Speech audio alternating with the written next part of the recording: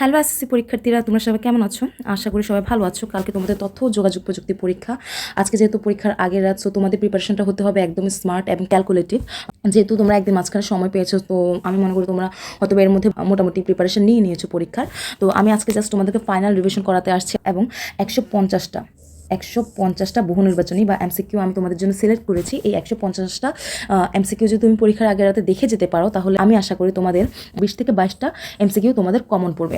আর তোমরা যেহেতু জানো যে এসএসসিতে তোমাদের তথ্য ও যোগাযোগ প্রযুক্তিতে 18 থেকে 19টা যদি নৈবিত্তিক তোমরা সঠিক দাগায় আসতে পারো, তাহলেই হচ্ছে তোমরা A+ নিশ্চিত করতে পারবে আর কি। যেহেতু তোমাদের অধ্যায় আছে হচ্ছে 4টা, অধ্যায় 2, অধ্যায় 4, অধ্যায় 5 আর অধ্যায় 6। এবং প্রশ্নটা ওনারা কীভাবে করবে, অধ্যায় 2 থেকে ওনারা 6 থেকে 7টা নৈবিত্তিক দিবে, অধ্যায় 4 থেকে আমার লেখালেখি ও হিসাব অধ্যায় থেকে তোমাদের 7টা থেকে 8টা বহু নির্বাচনী বা এমসিকিউ দিবে।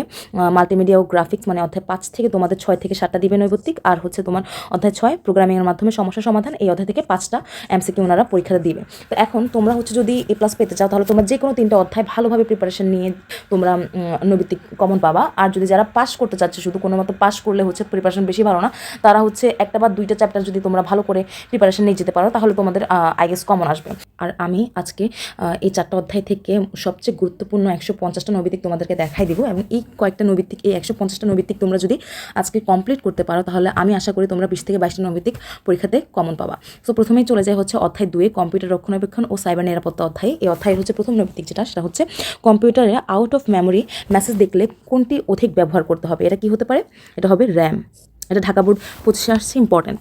2 নম্বরটা দেখো, এটা অনেকগুলো বোর্ডে আসছে, দেখছো এটা অনেক ইম্পর্টেন্ট। এটা হচ্ছে কি বিপ সাউন্ড দেয় সাধারণত কোনটি নষ্ট হলে, এটা হবে র্যাম। ঠিক আছে, আচ্ছা ওকে। আর তারপর হচ্ছে তোমাদের কম্পিউটার মাদারবোর্ডে সংযুক্ত ব্যাটারিকে কি বলে? এটাকে বলে হচ্ছে CMOS। ঠিক আছে, কম্পিউটার কাজ করার গতি বজায় রাখার জন্য ব্যবহার করা হয়, এটা হবে তোমাদের B1 ও 3 ডিস্ক ক্লিন আপ ও ডিস্ক। কম্পিউটার কোনো সফটওয়্যার ডিলিট করলে তার কিছু অংশ কোথায় থেকে যায়? এটা হবে বলতো কিসে? এটা হবে রেজিস্ট্রিতে। আচ্ছা, ডিলিট করা ফাইল রেজিস্ট্রির সব জায়গা থেকে মুছে ফেলতে কোন বাটনটা চাপতে হবে? এটা হবে F3। জরুরি কিছু কাজের কথা লেখা থাকে কোন ফাইলে? রিডমিতে। ঠিক আছে, কোনো সফটওয়্যারের কম্পিউটারকে সক্রিয় ও চালু করতে সাহায্য করে অপারেটিং সিস্টেম। কম্পিউটার বিপুল পরিমাণ তথ্য সঞ্চয় করে রাখা হয় কোথায়? এটা হচ্ছে 1 ও 3, অর্থাৎ হচ্ছে সিডি রমে ও হার্ড ডিস্কে। ঠিক আছে, এটা হবে বি। আচ্ছা, এরপরে এটা হচ্ছে আমাদের এরপরের নৈবিত্তিকে চলে যায়। মাদারবোর্ডে সংযুক্ত CMOS ব্যাটারির কার্যক্ষমতা হারালে কি ঘটে?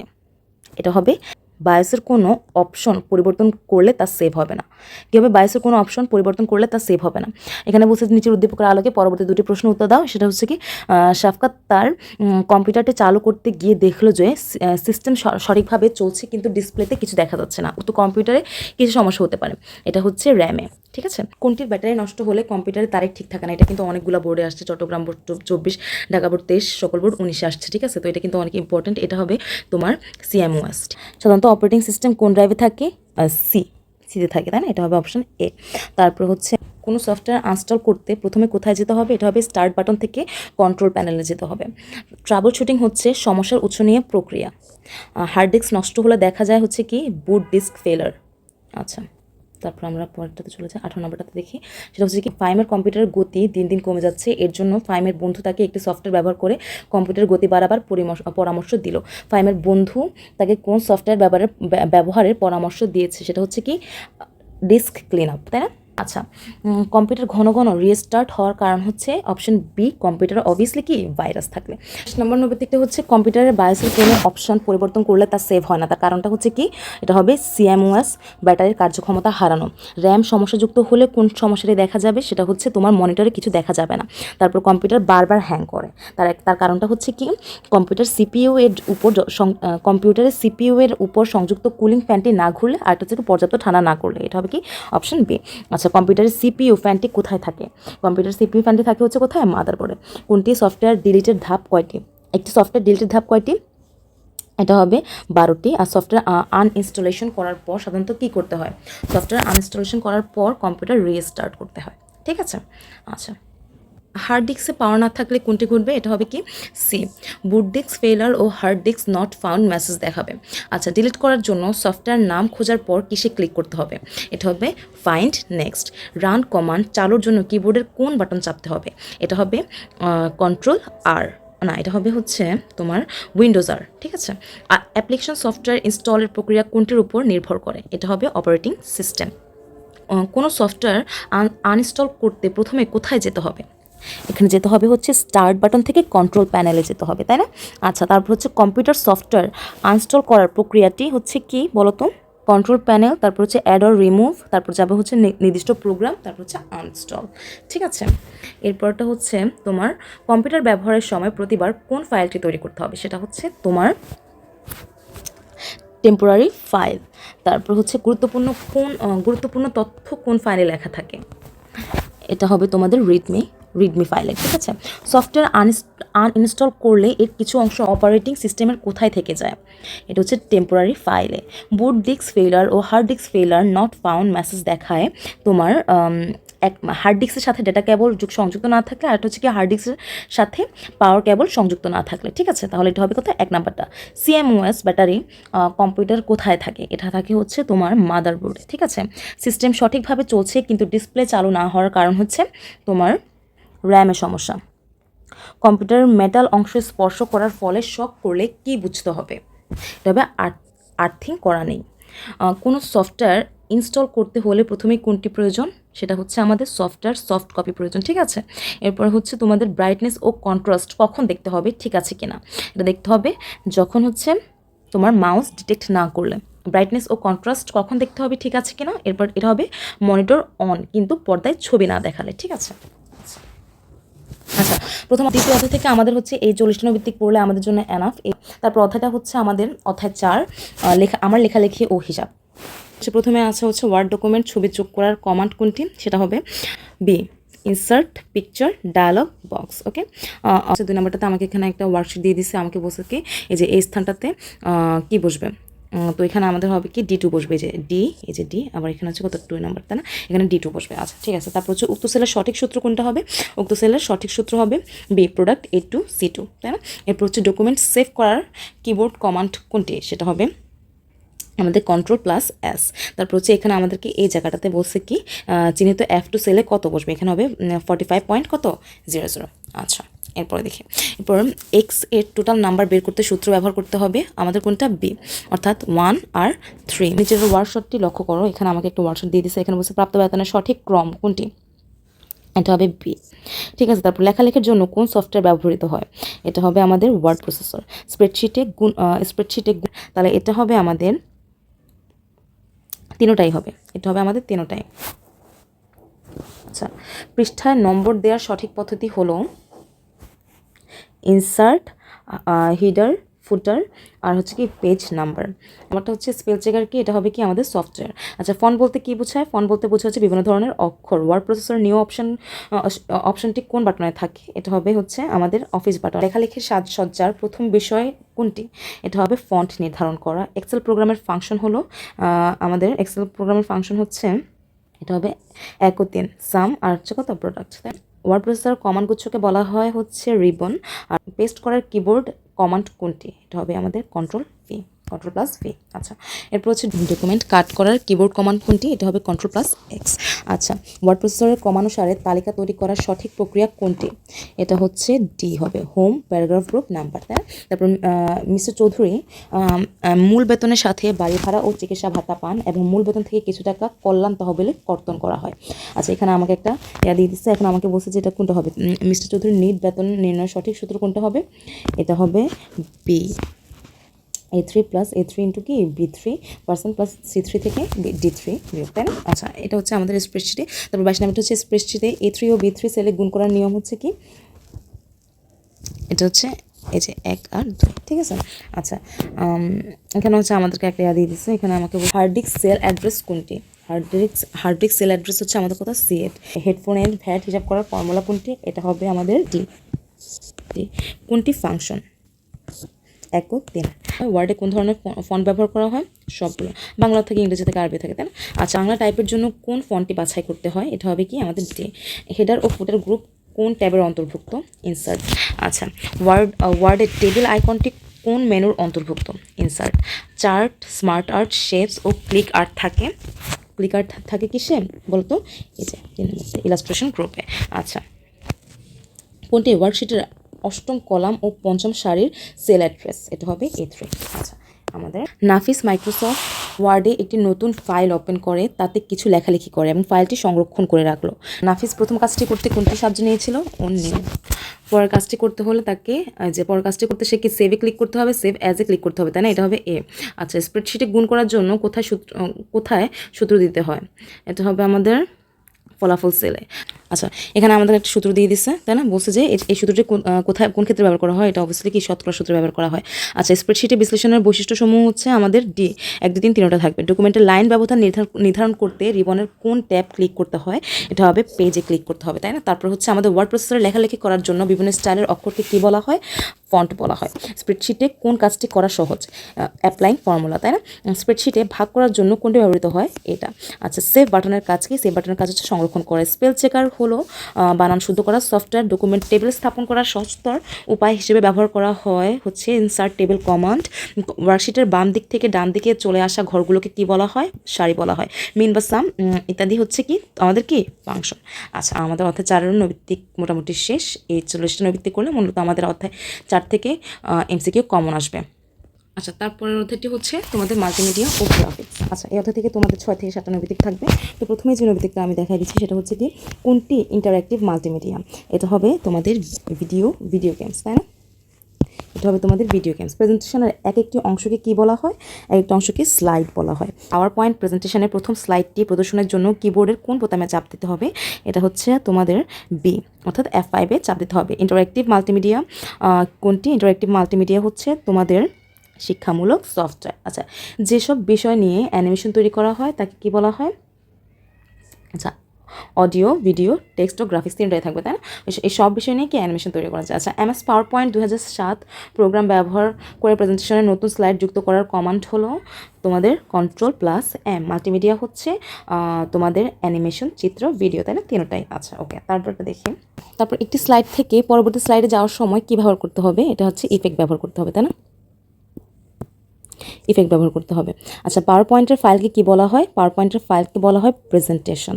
আচ্ছা, স্লাইডে ভিডিও যুক্ত করতে হলে কোন অপশন ব্যবহার করতে হবে? ইনসার্ট।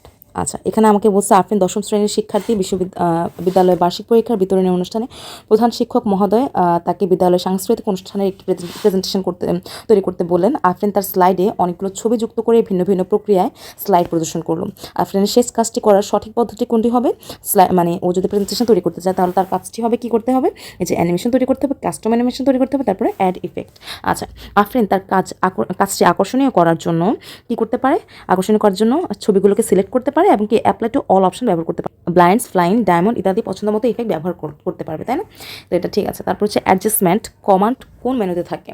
এটা হবে তোমাদের ইমেজ মেনুতে। আচ্ছা, পাওয়ার পয়েন্টে প্রস্তুতকৃত 20টি স্লাইডের একটি প্রেজেন্টেশন 5 পৃষ্ঠা উপস্থাপন করলে পৃষ্ঠাকে কি বলা হবে?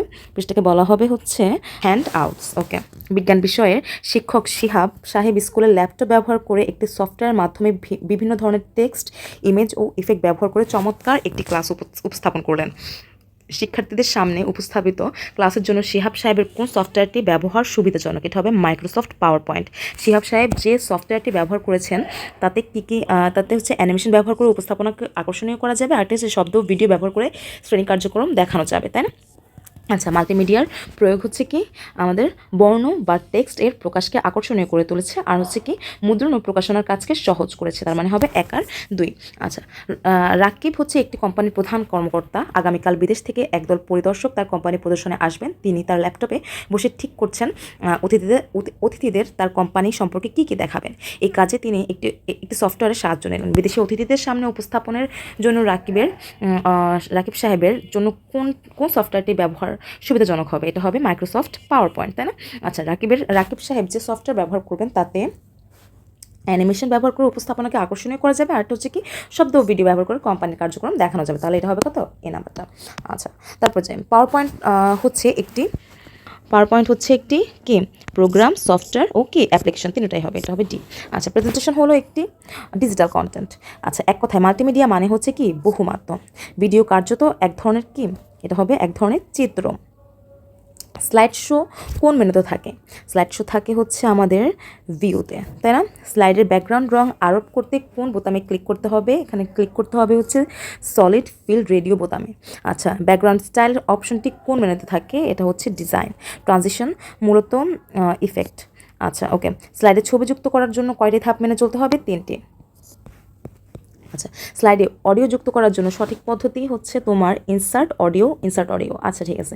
শক্তিশালী অথরিং সফটওয়্যার হচ্ছে আমাদের বি, এটা হবে কি 1 আর 3 ফ্ল্যাশ, আর কি একটা হবে কি অথর ওভার।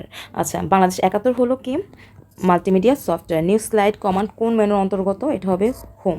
ট্রানজিশন হলো এক ধরনের ইফেক্ট। অ্যাক্টিভিটি যোগ করার সফটওয়্যার কোনটি? এটা হবে আমাদের ডিরেক্টর। প্রেজেন্টেশনের সফটওয়্যার নয় কোনটি? ফ্ল্যাশ। ওকে, সেটা আমাদের হচ্ছে অধ্যায় 5-এর জন্য, তাই না? অধ্যায় 5-এর জন্য এই 35টা নৈবিত্তিক সবচেয়ে গুরুত্বপূর্ণ 35টা নৈবিত্তিক যদি আমরা পড়ে যাই তাহলে এখান থেকেও আমাদের কমন চলে আসবে। আচ্ছা, তারপর সবচেয়ে শেষ অধ্যায়, সেটা হচ্ছে আমাদের প্রোগ্রামিংয়ের মাধ্যমে সমস্যার সমাধান, মানে হচ্ছে অধ্যায় 6-এর নৈবিত্তিকগুলো আমরা এখন দেখে নেব। অনুবাদকের কাজ হলো সবগুলো নির্দেশ একসাথে মেশিন কোডে রূপান্তর করা, একটি একটি করে নির্দেশ মেশিন কোডে রূপান্তরিত করা, মেশিন কোডকে পাইথন কোডে রূপান্তর করা। এটা অবভিয়াসলি হবে কত? 1 আর আচ্ছা 1 আর হচ্ছে কত 2 হবে, এটা হবে কত 1 আর 2। আচ্ছা, এই নাম্বারটা হবে। পাইথন ভাষায় মনিটরে কোনো লেখা প্রদর্শন করার জন্য নিচের কোন ফাংশনটি ব্যবহার করতে হবে? এটা হচ্ছে প্রিন্ট, এর বি নাম্বারটা, তাই না? পাইথন ভাষায় এটা হলে প্রিন্ট ওয়াই এর মান কত হবে? প্রিন্ট ওয়াই এর মান হবে কত আমাদের বলো তো? এটা হবে 2, তাই না? আচ্ছা, পাইথন ভাষায় a = 5, b = 2, y = a% b হলে প্রিন্ট ওয়াই এর মান কত হবে? এটা হবে 1। বাইনারি ভাষায় কী ভাষা বলা হয়? বাইনারি ভাষাকে বলা হয় মেশিন ভাষা। কম্পাইলার ও ইন্টারপ্রেটারের এর মধ্যে মৌলিক পার্থক্য কোনটি? বি, কম্পাইলার পুরো প্রোগ্রাম অনুবাদ করে আর ইন্টারপ্রেটার কি একটি ভুল লাইনে থামে। আচ্ছা, এরপর হচ্ছে নিচের কোনটি সঠিক? নিচের সঠিক হচ্ছে যে এটা, এই নাম্বারটা। আউটপুট স্ক্রিন এই প্রদর্শনের পূর্বে অবজেক্ট কিসে পরিণত হয়? স্ট্রিংয়ে। নিচের কোন কোডটি হ্যালো পৃথিবীর লেখাটিকে আউটপুট করবে? এটা হচ্ছে এই যে প্রিন্ট হচ্ছে হ্যালো পৃথিবী, তাই না? আচ্ছা, নিচের কোডটির আউটপুট হবে হ্যালো ওয়ার্ল্ড। বি, নিচের কোন ভ্যারিয়েবলের নামটি অবৈধ? এটা হবে আমাদের ফার্স্ট ভ্যারিয়েবল। আচ্ছা, যদি পাইথনে প্লে এবং প্লে নামে দুটি ভ্যারিয়েবল তৈরি করা হয় তাহলে তারা কি হিসেবে গণ্য হবে? তারা গণ্য হবে হচ্ছে ভিন্ন দুটি ভ্যারিয়েবলে। আচ্ছা, তারপর হচ্ছে নিজের কোডটির আউটপুট কী হবে? নিজের কোডটির আউটপুট হবে 6, 4। পাইথনে একটি পূর্ণসংখ্যা ডেটা টাইপ নির্ধারণ করার জন্য কোনটি ব্যবহৃত হয়? এটা হবে আমাদের এন্ট। তারপর হচ্ছে আইএনট। ট্রু বা ফলস ডাটা জমা রাখে হচ্ছে তোমাদের সি, বুল। আচ্ছা, কোনো ভ্যারিয়েবলের ডেটা টাইপ বের করার জন্য কোন ফাংশনটি ব্যবহার করা হয়? টাইপ। আচ্ছা, এখানে বলছে কি যে কোড, এই যে এখানে একটা কোড দিয়ে দিচ্ছে, এই কোডটির আউটপুট কি হবে? এই কোডের আউটপুট হবে হচ্ছে ডি। 18 নম্বরটা হচ্ছে এখানে আমাকে একটা কোড দিয়ে দিচ্ছে, এখানে বলছে কি উদ্ভাস ভ্যারিয়েবলটির মান কত হবে? এখানে হবে তোমার মানটা কত হবে? এই যে এ, তাই না? 3.0। আচ্ছা, ইনপুট ফাংশন দ্বারা গ্রহণকৃত ডিফল্ট ডেটা টাইপ কোনটি? এটা হবে। আচ্ছা, তারপর দেখি হচ্ছে এই যে এখানে আমাকে আরেকটা কোড দিয়ে দিচ্ছে। আচ্ছা, এই কোডটিতে কোন ধরনের এরর আছে? এটাতে হচ্ছে তোমার সাইনটেক্সট এরর আছে। তারপর ইনপুট হিসেবে 3.0 লিখলে আউটপুট কি দেখাবে? আউটপুট দেখাবে হচ্ছে আমাদের এরর দেখাবে। আচ্ছা, এখানে একটা কোড দিয়ে দিচ্ছে প্রিন্ট ডাব্লিউ প্রদর্শনকৃত আউটপুট হবে আমাদের বি। পাইথন রিলেশনাল অপারেটর এটা কি হবে? সি। আচ্ছা, এখানে আমাকে আরেকটা কোড দিয়ে দিচ্ছে, বলছে কি প্রিন্ট এক্স প্রোগ্রামটির আউটপুট কি হবে? এটা হবে ট্রু। হচ্ছে যে প্রিন্ট প্রোগ্রামটিতে কত প্রিন্ট হবে এখানে বলো তো? এখানে হবে এ। আচ্ছা, তো তোমাদের অধ্যায় মোটামুটি শেষ। তোমাদের অধ্যায় 4টাই আছে এবং এই 4টা অধ্যায় থেকে আমি সবচেয়ে গুরুত্বপূর্ণ 150টা নৈবিত্তিক আমি তোমাদের জন্য সিলেক্ট করেছি এবং এই 150টা এমসিকিউ যদি তুমি পরীক্ষার আগের রাতে, মানে আজকে রাত্রে তোমরা যদি এগুলো পড়ে যেতে পারো তাহলে তোমাদের আশা করি 20 থেকে 22টা এমসিকিউ কমন আসবে। সো এরকম আরও সুন্দর সুন্দর সাজেশন পেতে, আরও সুন্দর সুন্দর শর্ট ট্রিক্স পেতে আমার চ্যানেলটিকে সাবস্ক্রাইব আর লাইক কমেন্ট করে পাশে থাকবা। ধন্যবাদ সবাইকে।